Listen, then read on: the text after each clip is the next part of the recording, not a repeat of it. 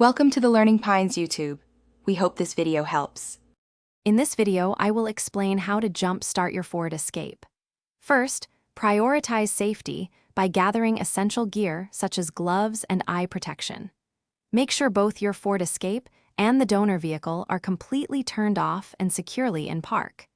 Carefully position the donor vehicle close enough for the cables to reach, but ensure the vehicles do not touch each other. Now, let's connect the positive cables. Take one red clamp and firmly attach it to the positive terminal of your Ford Escape's dead battery.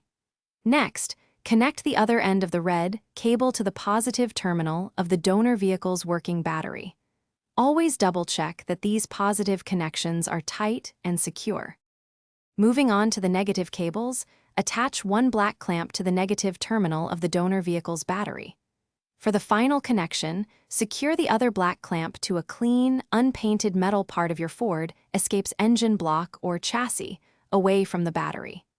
This creates a safe ground connection, preventing sparks near the battery.